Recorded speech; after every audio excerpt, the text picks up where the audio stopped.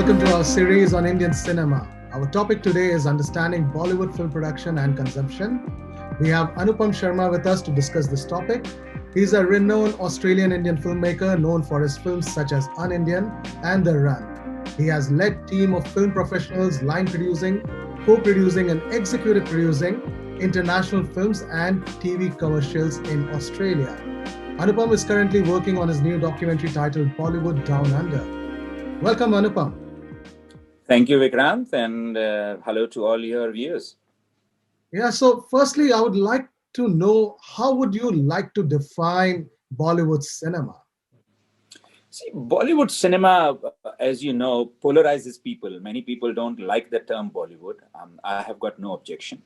But it is essentially the popular form of Indian cinema. Now, the key about Indian cinema is when Indian cinema came to India, when cinema came to India, weeks after Lumiere brothers first exhibited their moving images in France. While the West was happy that they could see moving images, India was happy that they could see music. So the roots of Indian film lay in music there.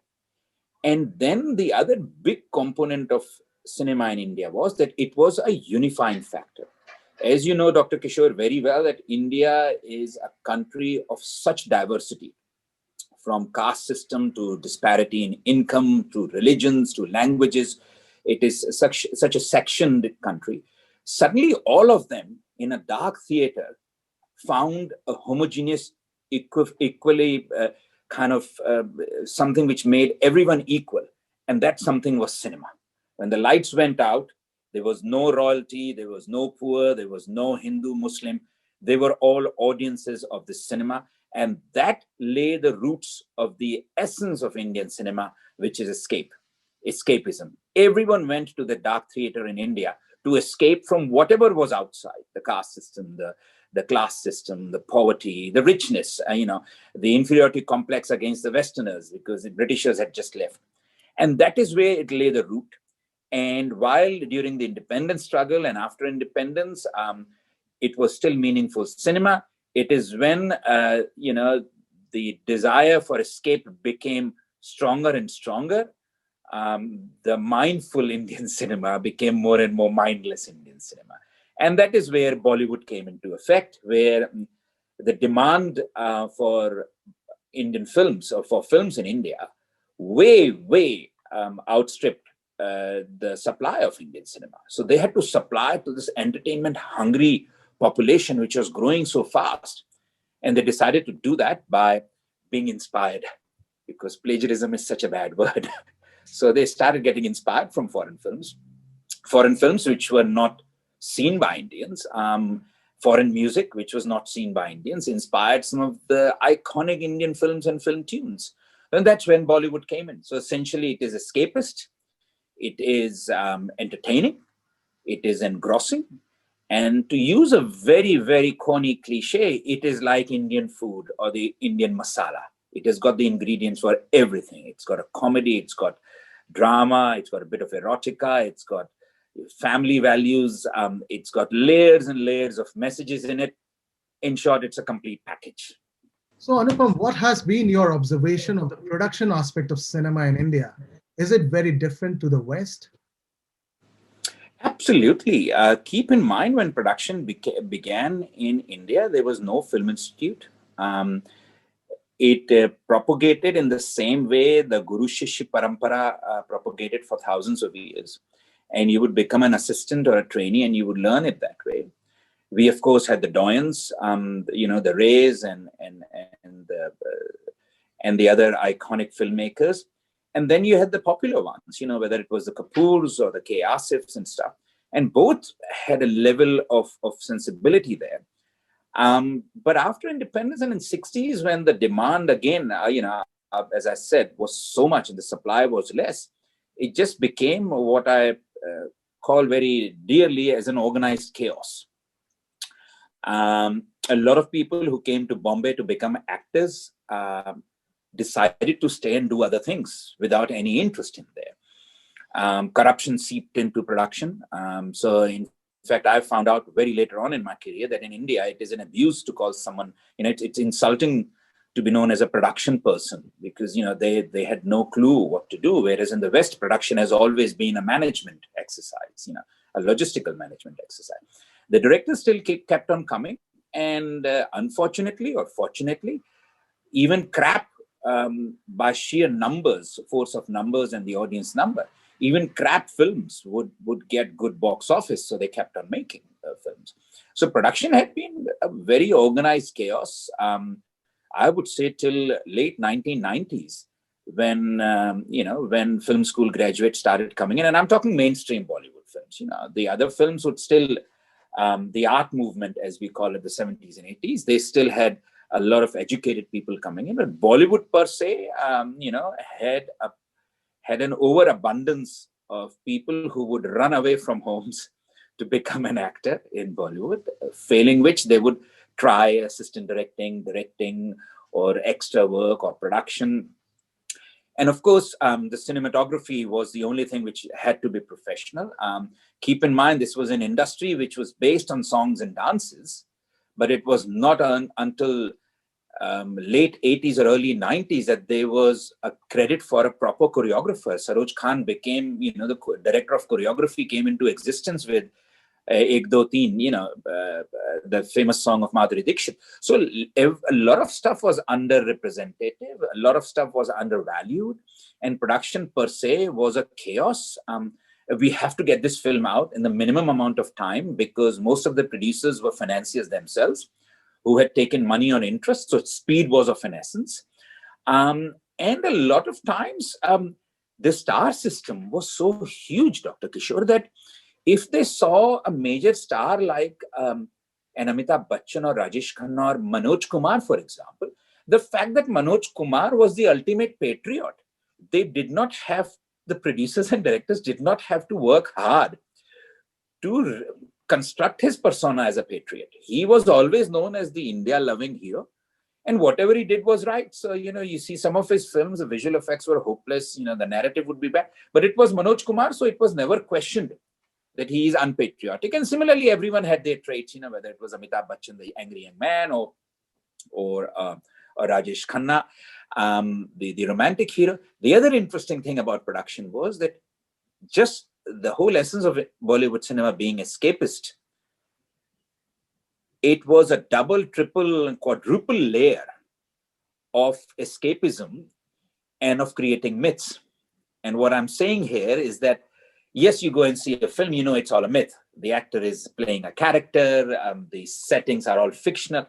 But Indian production scenario made it even a deeper layer of myths, in the sense that the actor was never singing on his own, unlike Hollywood.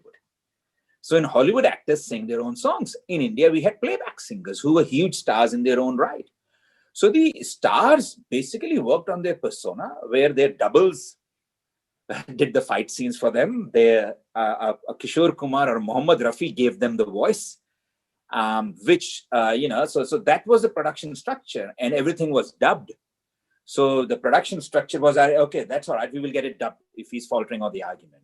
All these things kind of fueled the whole production structure in India, which was, I wouldn't call it chaotic, because they were still but it was organized chaos. Yeah. It was like India traffic. Nothing seems to be working, but you still end up where you want to go, kind of thing. So that is how it developed till late 1990s, when production houses like Excel came into picture, who I personally give the credit, and professionally give the credit, for single-handedly bringing Western production structures into Australia. Whether it's a first AD or a second AD, they had call sheets, they had budgets. I remember working with them, and we knew each other at that time when they were shooting here. They came to Sydney 1 year, before, to see, in November 99, to see how Sydney would look in 2019, 2000 November. That's how methodical, that's how structured production became, and now it's a norm. If you look at stuff, it's a norm, because and also, I think giving India the status of an industry in the 1990s meant that a lot of structured finance came in, as opposed to mafia money. Structured finance meant, people were becoming equity investors. There was a finance plan, there were cost reports, there was daily progress reports. And then, of course, Fox came into India, Sony came into India, and they the management people started taking over the running of the film industry. So it has changed overly, and now, now it's a full-fledged. I mean, it was always a professional industry. How they did it was a different thing, but the roots changed. And now, thanks to web series, you talk to anyone in India, the old school is almost gone. Everyone is a new school. Everyone is talking first ADs, second ADs, finance reports, schedules, call sheets, which were unheard of just 20 years ago. Yeah. And I just want to give a bit of backgrounder here, because when Indian cinema started, it in a way, worked on a kind of a very Western style.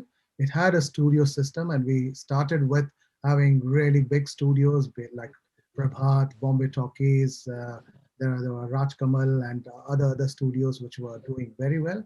But of course, as you mentioned, the disorganized way things function, that led to the demise of studio system and brought in, all these money lenders coming into the picture. Absolutely. Yes, spot on, Vikrant. I mean, when the studio systems were there, look at the films we were getting. I mean, RK Studios, Raj Kapoor Films, or K. Asif, or all those guys, we were having Mughal Azams and Naya Daur, and, all these were studio, BR Films and Yash. They were all studio films, and they were working on a studio system. It is when they couldn't, keep up with the demand for films. And keep in mind, that with the disparities in India of literacy level, of financial levels, of caste system, all kinds of disparities, people found a niche audience to service, the villages out of Bihar, UP, or South India, who just wanted to go and see, a bit of a cleavage, a bit of wiggling hips, and some fight sequences, wanted to escape some good couple of songs. And that's how it's kind of, changed in the studio system. They found it hard. Yeah. So we were talking about the kind of cinema going audience as well. So how would you define, or how would you differentiate the cinema going audience between the Indian cinema going audience and the Western cinema going audience? See, it would be very foolish of me to put 1.2 billion audience into one pigeonhole. But broadly speaking, the audience out of India goes back, and of course, with exceptions of the intellectuals, of the multiplex audiences, as they are called, of the big city audiences. By and large, consumption of films in India has been an escapist thing. People would go and watch films to escape. In the West, they would go out for a night out, or even because just like they would go to a pub. But the escapist nature in India is very strong, because what they saw on screens was totally different to what they saw on streets.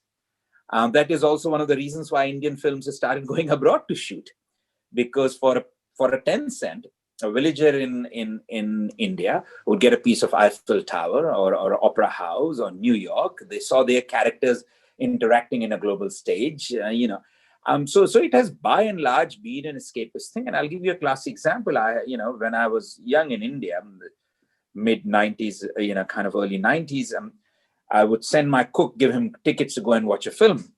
So I sent him to watch a really nice film, which has been my favorite, which is Saransh, which was essentially an art film, And he went there and he came back, and I said, "How did you like the film?" He said, "Why did you have to waste your money on this film? You should have sent me another one." I said, "What do you mean?"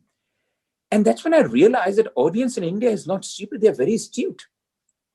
Even the illiterate moviegoer in India, the first thing they would be the census certificate, on which, remember, we used to have the number of reels. Yeah. 8 reels, 12 reels. He said, first of all, it was just an 8-reel film. I said, "You saw the number of reels?" He said, "Yeah, I'm paying money, so I need to see how long the film is." Goes back again to escape. The film needs to be long. It needs to be 3. Then he said there was no song and dance sequences there. And the streets and the houses was like, there was no palaces. I could have watched this going outside my village on the small town. Why did you need to send me to a film for that? And that's when the penny dropped that, the majority of the population in India go to escape to a world, to a character, to a stratosphere, which is where everything is right, where the Indian values they don't see outside on streets are practiced by their stars. Their stars believe that there is no low caste or high caste. Their stars believe that there is no equality. Their stars are so idealistic, which they don't see outside. Outside, some of them were still not allowed to drink water from wells, or they were ghettoized. So everything which was happening around the society was pushing them more and more into this escape. And I agree with you. And in Satyajit Ray, in his book Our Film and Their Films, in this book he actually discusses Indian cinema and Western cinema and the difference. And he says that because the Indian audience, they generally, majority of them, and he's talking in 1970s about this population, who are majorly coming from the poor background, who don't have access to go out to theaters, the proper theaters or opera, or even think about having a picnic with a family. So for them, cinema is the only escape where they can live, love, laugh, watch some action, watch everything which was a privilege of the rich and influentials. And for them, cinema gave them that kind of exposure. So you're very right about cinema was absolutely, and that's where the mainstream Bollywood filmmakers decided to do. Because if you go and how we in the West generally would go and watch a film, the film would have a genre. It would be a horror film, or it would be a tragedy, or it will be a comedy. Indians, the Indian producer said, we don't have the luxury to make one film on each genre. We'll just pack it all up together like a masala. So you always had a comedy, you had a comedy sequence. I mean, I remember talking to producers of all times who would say, dude, it's looking all right. There are not a couple of, let's put in a couple of comedy sequences. And the comedy sequences, if you watch those films, they would just arise out of nowhere. And then came the item numbers and the dance numbers. Yeah, the film is brilliant, but how would we get people out of their seats to dance? Let's put in a dance number. So I still remember the famous dance number, Marare by Mamta Kulkarni, which was choreographed by Ganesh Acharya, which came in after the film. And it is so clearly visible because out of nowhere, the friends in the film said, oh, this has been a good item. Let's go and do the show. Out of the blue nowhere. So they go to a show where there's a song and dance sequence, and we go back to the film. That song was added after the film was totally completed. Everything was done because the producers felt, there is not enough spice in there. So. Yeah. And there's another important aspect of Indian cinema is its multi-platform links, and the link between the music industry and Indian cinema. It's so intertwines, and it is so much with each other because a release of the film is preceded by the release of the film's music album, and that is again a kind of a big drawing factor for the audience to watch the film or not. Absolutely, to the extent that in 1990s it became almost a music mafia. And when I say music mafia, it happened because suddenly cassettes which were 50 rupees or 45 rupees came down to as low as 18 rupees. And those 18 rupees cassettes meant more and more people were buying in. Cassette recorders came in, tape recorders came in, which meant films like Ashiki, and that's how T-series grew. Films like Ashiki were not scenes interspersed with songs. It was a series of songs, a chitrahar interspersed with scenes. And suddenly music rights to the film were being sold, which would pay off the production for the whole film. Because they didn't care if the film ran or not, as long as they had the music rights and the cassettes were being sold, they were very happy with it. So. My last question to you is, due to COVID-19, now cinema is going through its worst phase, but the OTT platform and streaming platforms have provided an alternate path for films. And you have earlier mentioned about this briefly. So what is your take on this, and how is it giving a new life to films or filmmakers? And are filmmakers trying to make films specifically for these platforms? And of course, we have seen some interesting films coming for Netflix or Amazon and other platforms as well. What is your take? See, there are two aspects to it, Vikrant. One aspect is that the Netflix and the OTT platforms are here to stay. Let's forget COVID for a second. They were a good revenue stream after the film has screened in theaters. Because of COVID, I call Netflix and OTTs the job keepers of COVID era. They are keeping the jobs for cinema and giving them an outlet till things become normal, which means big star films are getting high premiums by Netflix and Amazon to go and premiere on their platform, which works both ways. They get to increase their subscribers. The filmmakers who have spent all this money in an Akshay Kumar starrer or a Ludo, which is an Anurag Basu film, these brilliant films which are not finding theaters because of COVID are suddenly finding a lot of kind of audience with that. But in terms of OTT being a threat to cinema, a cinema will always remain cinema. When the talkies came, they said this will be a threat to cinema. It didn't. When VHS tape came, they thought cinema will die. When DVDs came, they thought it ain't gonna happen. Theater will be the ultimate holy grail of films, to the extent that we all know Netflix before COVID was looking at buying theaters in America to premiere their film. Because essentially in a theater, you go out to the audience, and the audience come, you as an audience go out to watch a film. But on an OTT platform, you can pause, you can play. So the bond is always stronger in the film.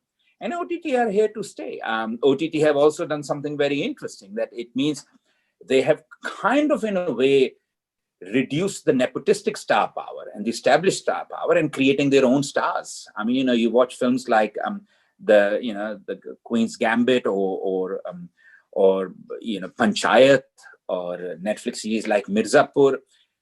Content is ruling. And content is ruling because OTT platforms know that they're giving all this money to this series. It better be good, otherwise they don't have viewership.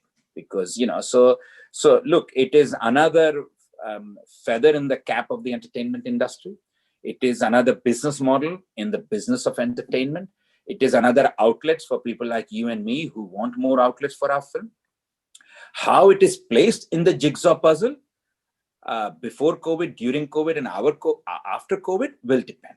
Before COVID, people were selling, making Netflix the exclusive streaming partner, which means they would go to theaters for 8 weeks, then they would go on to an OTT platform, and then they would come on free to air. During COVID, everything went directly to OTT platform. After COVID, let's see how it happens. It also means one of the interesting things is that the binged.